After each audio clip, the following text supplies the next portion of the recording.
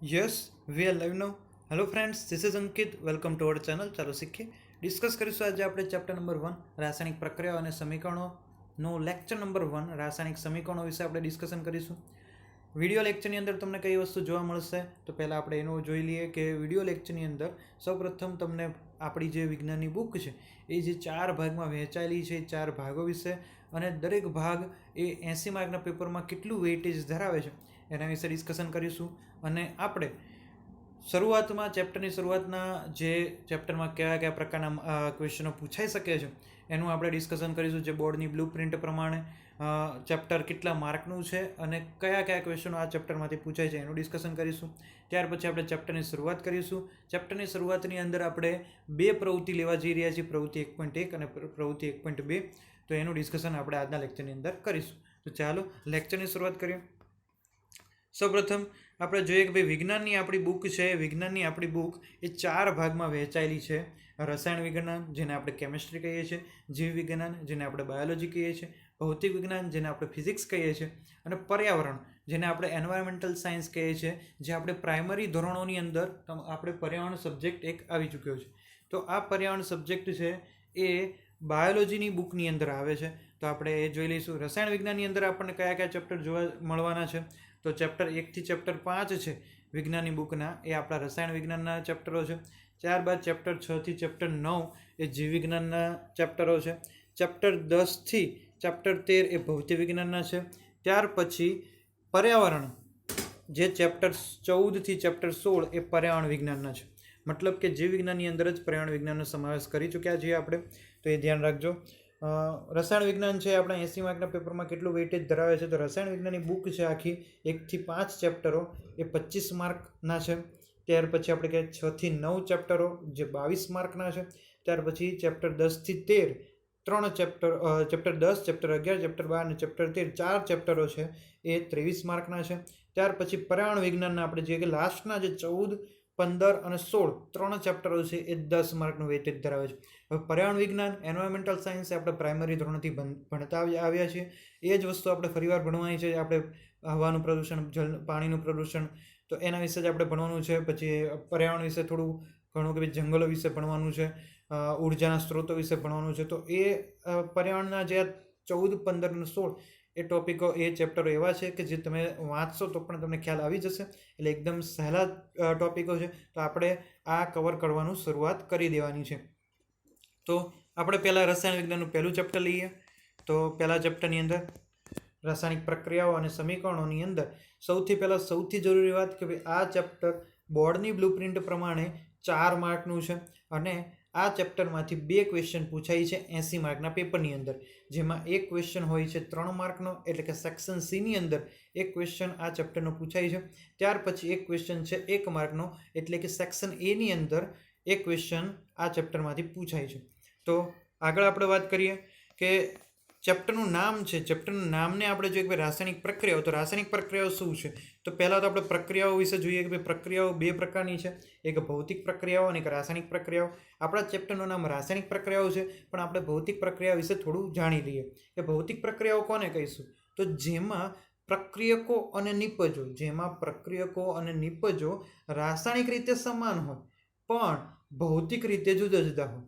રાસાયણિક રીતે સમાન હોય પણ ભૌતિક રીતે જુદા જુદા હોય અને પ્રક્રિયકો અને નિપજો એની વાત કરીએ છીએ. તો હવે આ પ્રક્રિયકો શું અને નિપજો શું તો આપણે વાત કરીએ કે ભાઈ પ્રક્રિયકો એટલે શું તો જ્યારે પણ કોઈ પ્રક્રિયા થાય છે રાસાયણિક પ્રક્રિયા, એને આપણે રાસાયણિક સમીકરણ સ્વરૂપે લખીએ છીએ.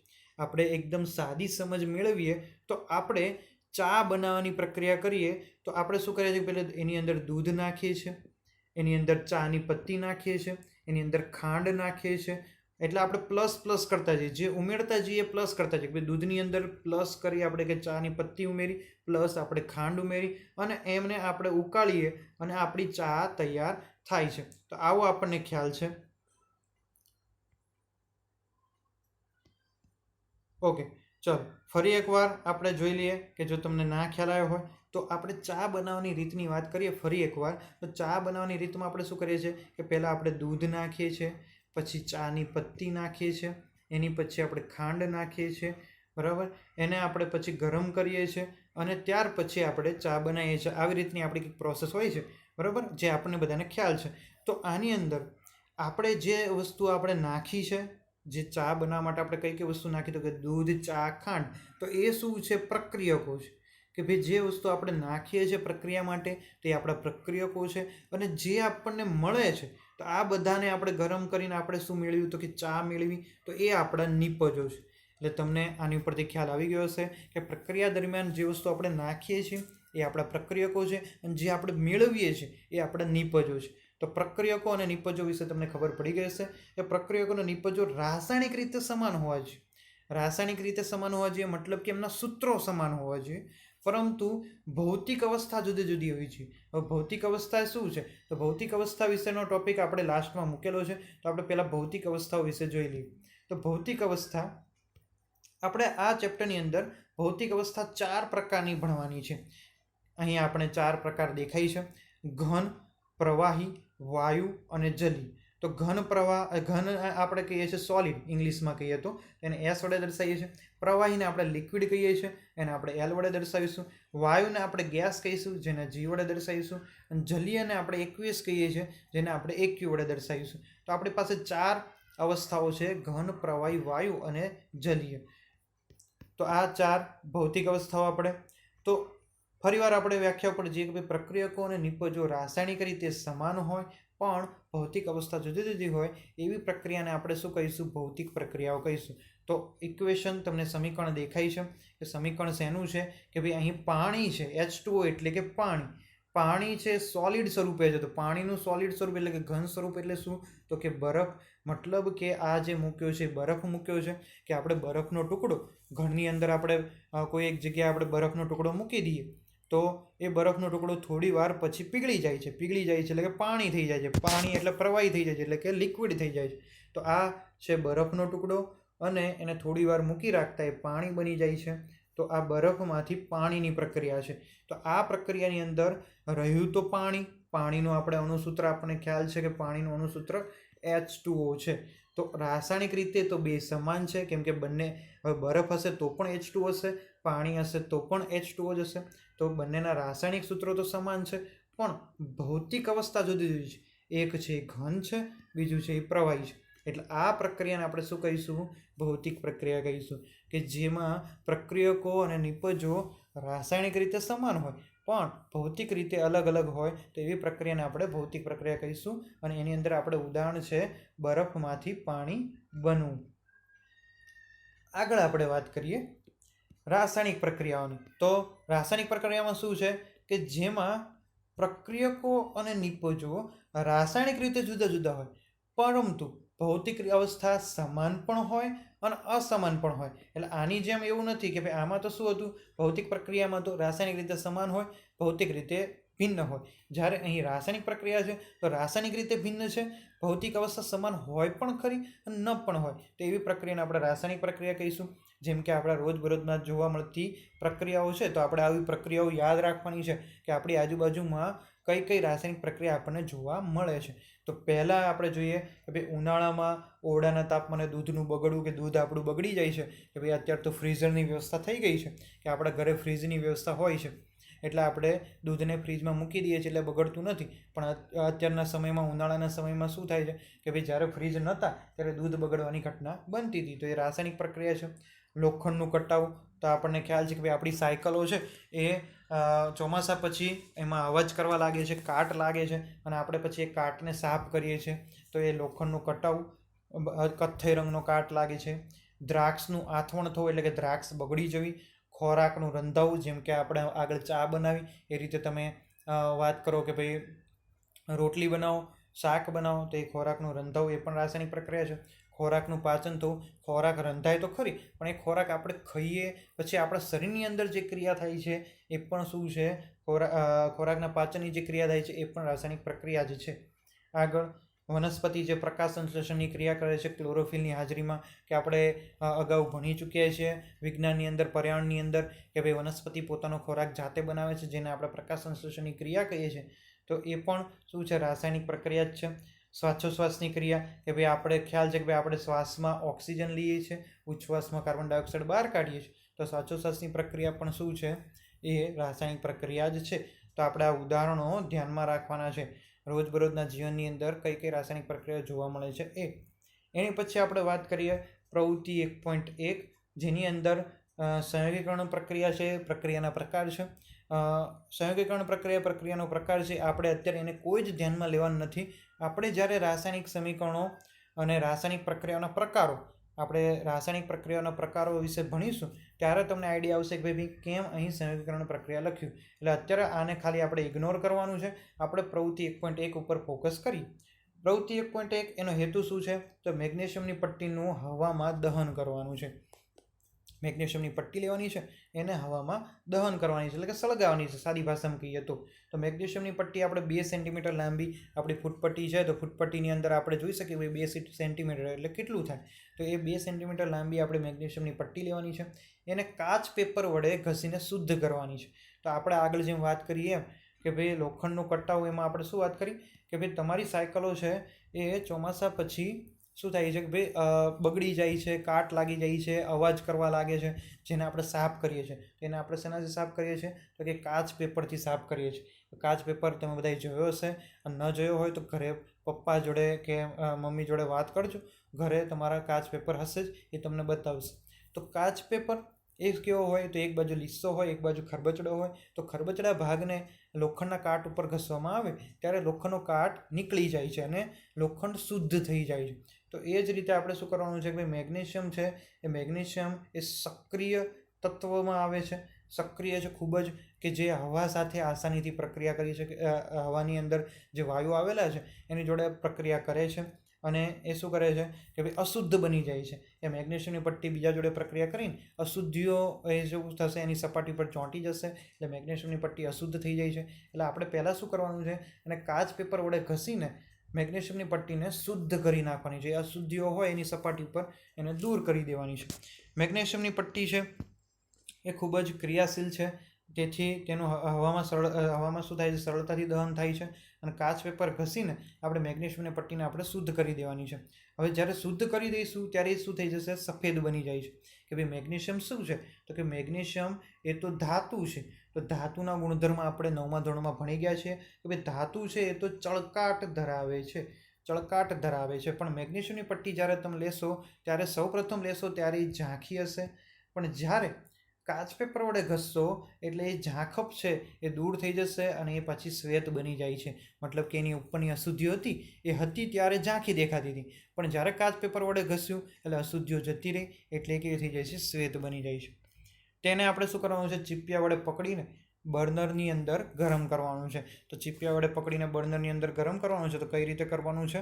તો આપણે અહીં આકૃતિમાં તમે જોઈ શકો છો કે આ છે, દેખાય છે પિક્ચરની અંદર, એ બર્નર છે.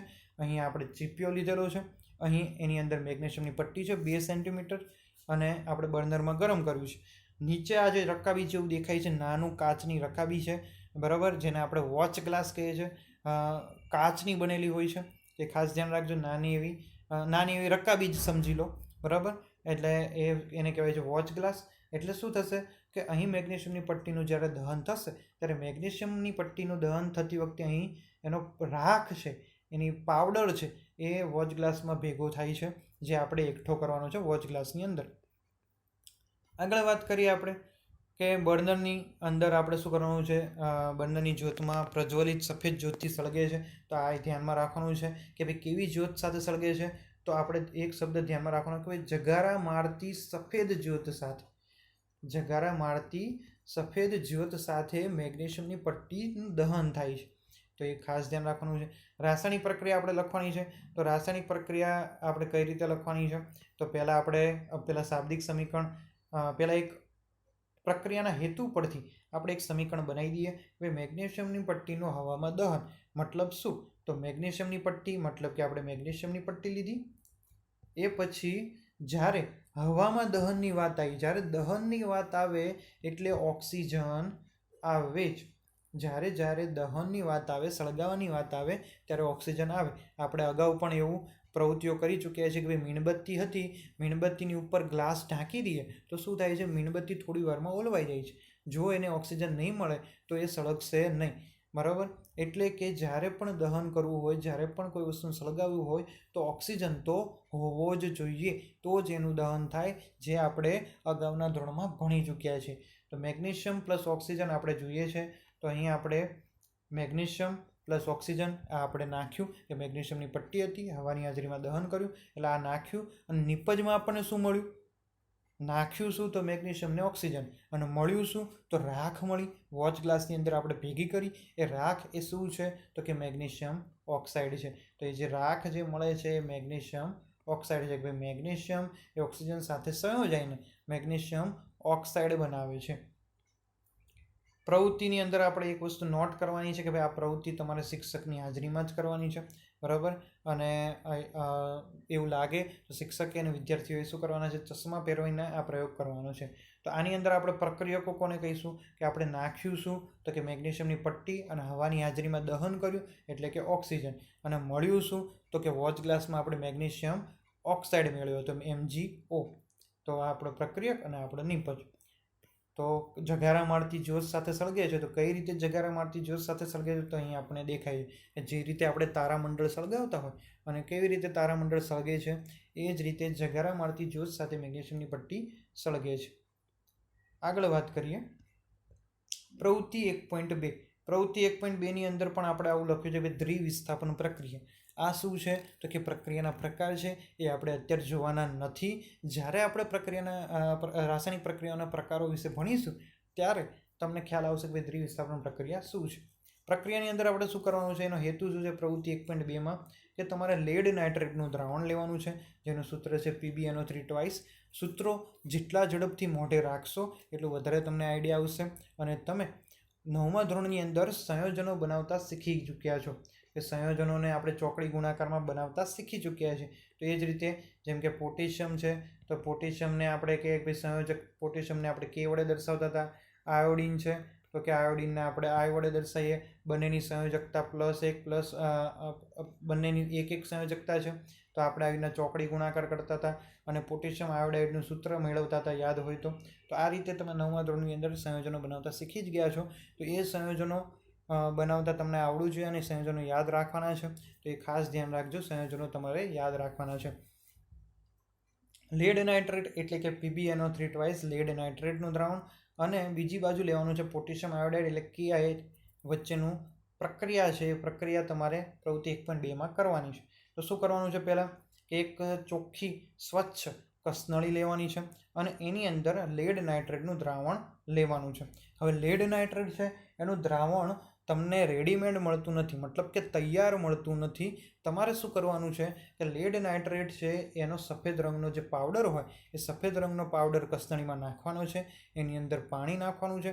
બરાબર હલાવશો એટલે લેડ નાઇટ્રેટનું દ્રાવણ તમને તૈયાર મળશે, મતલબ તૈયાર થઈ જશે. એટલે કે તમને તૈયાર મળશે નહીં પણ તમારે તૈયાર કરવું પડશે. એટલે લેડ નાઇટ્રેટનો સફેદ પાવડર લો, એની અંદર પાણી નાખો અને લેડ નાઇટ્રેટનું દ્રાવણ તૈયાર કરો. એટલે લેડ નાઇટ્રેટનું દ્રાવણ આપણે એક કસનળીમાં લેવાનું છે. બીજી કસનળીમાં આપણે પોટેશિયમ આયોડાઇડનું દ્રાવણ એ તો તૈયાર જ મળશે આપણને લેબની અંદર, એ આપણે બનાવવાની જરૂર નથી. તો બીજાની અંદર આપણે પોટેશિયમ આયોડાઇડનું દ્રાવણ લેવાનું છે. આ બંને દ્રાવણ છે રંગવિહીન છે, કોઈ જ કલર હોતો નથી. હવે એની વચ્ચે કઈ પ્રક્રિયા થાય છે? તો કે લેડ નાઇટ્રેટની પોટેશિયમ આયોડાઇડ વચ્ચે પ્રક્રિયા કરવામાં આવે ત્યારે શું થાય છે? તો આપણે કઈ રીતે પ્રક્રિયાને યાદ રાખવાની છે એ અહીં ખાસ ધ્યાન રાખી લેજો કે આપણી પાસે છે લેડ નાઇટ્રેટ અને પોટેશિયમ આયોડાઇડ. તો આપણે યાદ કઈ રીતે રાખવાનું છે કે આ બાજુ જે લેડ છે Pb અને આ બાજુ છે પોટેશિયમ K. હવે આ બંને પ્રક્રિયામાં શું કરશે? માત્ર પોતાની જગ્યાઓ બદલશે. કે ભાઈ લેડ છે એ આવી જશે પોટેશિયમની જગ્યાએ અને પોટેશિયમ છે એ આવી જશે લેડની જગ્યાએ. બાકીનું સમીકરણ એમના એમ રાખી દેવાનું છે. તમારે કંઈ જ ધ્યાનમાં રાખવાનું નથી, બરાબર. અત્યારે હાલ કંઈ ધ્યાનમાં નથી રાખવાનું. જ્યારે સમીકરણ સમતોલિત કરતાં શીખીશું ત્યારે આપણે વધારે એના વિશે જોઈશું.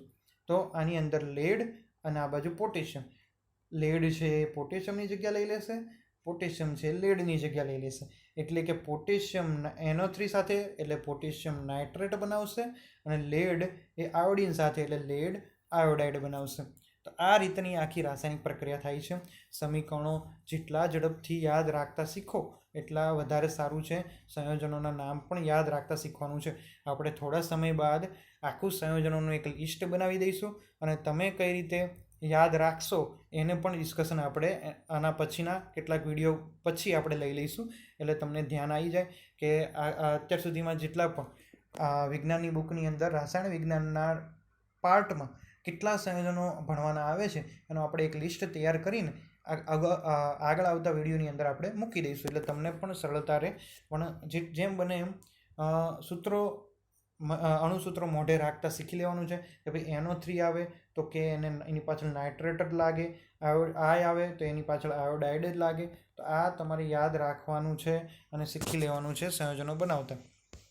હવે પ્રક્રિયાની અંદર આવીએ તો પ્રક્રિયામાં શું થાય છે કે લેડ આયોડાઇડનો રંગ છે એ કેવા રંગનો મળે છે? પીળા રંગનો મળે છે અને વધુ ગરમ કરતાં એ લાલ રંગનો બની જાય છે. એટલે કે જ્યારે લેડ નાઇટ્રેટને પોટેશિયમ આયોડાઇડની અંદર મિશ્રણ કરતાં આપણને લેડ આયોડાઇડનો પીળા રંગનો અવક્ષેપ મળે છે અને પોટેશિયમ નાઇટ્રેટ છે એ સફેદ રંગનું પ્રવાહી છે. તો દ્રાવણ બને છે ઉપર. તો આપણે જોઈએ આકૃતિની અંદર તો અહીં આપણે જોઈ શકીએ છીએ કે ભાઈ આ પોટેશિયમ આયોડાઇડનું સોલ્યુશન હતું, મતલબ કે દ્રાવણ હતું, અને અહીં લેડ નાઇટ્રેટનું દ્રાવણ હતું. જ્યારે આપણે એ બંને દ્રાવણને મિશ્ર કર્યા તો અહીં આપણને પોટેશિયમ આયોડાઇડના પીળા રંગના અવક્ષેપ મળે છે. હવે આ શબ્દ ધ્યાનમાં રાખજો, અવક્ષેપ. તો અવક્ષેપ મતલબ શું? અવક્ષેપ. તો અવક્ષેપ મતલબ શું? તો અવક્ષેપ મતલબ કે અદ્રાવ્ય પદાર્થ. અદ્રાવ્ય એટલે શું?